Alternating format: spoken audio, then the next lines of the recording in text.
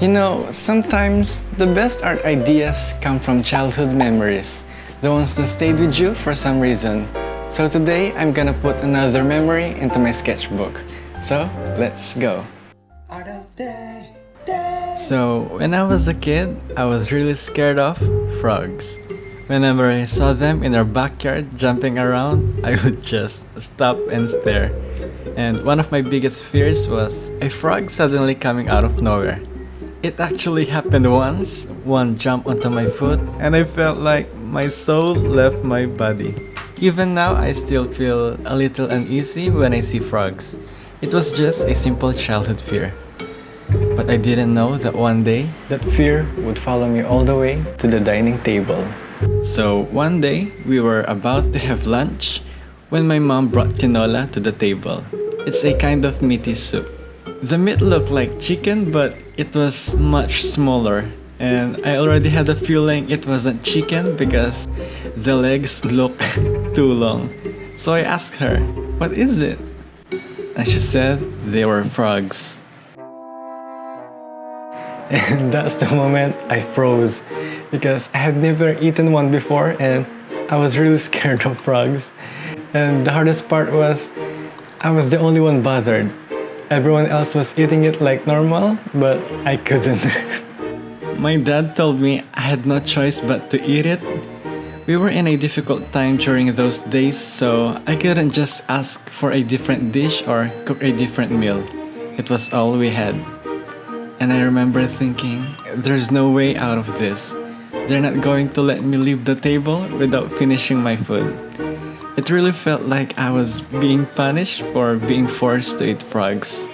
I had no choice but to eat it. So, I tried. I didn't even really taste it because I didn't chew properly. I just swallowed as fast as I could, like taking medicine. And every time I swallowed, I would gag because all I could think of was that I had frogs in my mouth. And when no one was looking, I would spit it out and I would hide it in my pocket.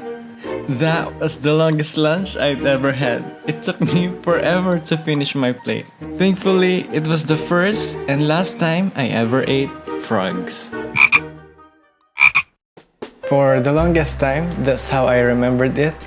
A day where I had to eat something I was scared of, but now I see it differently because looking back, my parents were just trying their best to put food on the table, and we didn't always have many choices back then, and I did not understand it, but now I do. And honestly, I feel bad when I think about how I acted that day. I might have hurt their feelings without even realizing it. I don't let my parents watch my vlogs, but to my mom and dad, thank you so much for everything.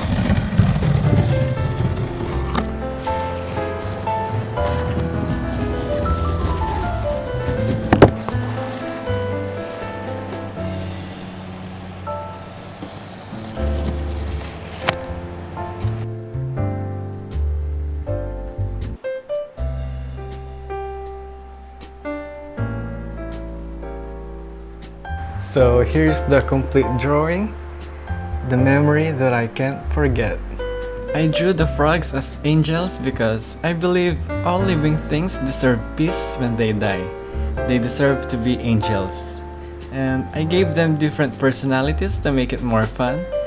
This one is happy because he is finally free. And this one is shocked after seeing his body like, "Oh my god, I'm naked!" While this one is just happy to see his body. And this one is just scared of what just happened. And this is also my reaction when I saw frogs on my plate. I was crying. Imagine being scared of frogs and then one day you saw them in front of you as food. This is what I like about drawing childhood memories.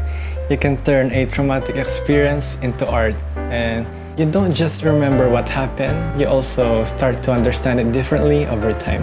So I encourage you to draw an unforgettable memory and turn it into art, because not all moments are captured in photographs, so sometimes we draw them instead, so they can stay with us, not just as memories, but something we can look back on and feel again.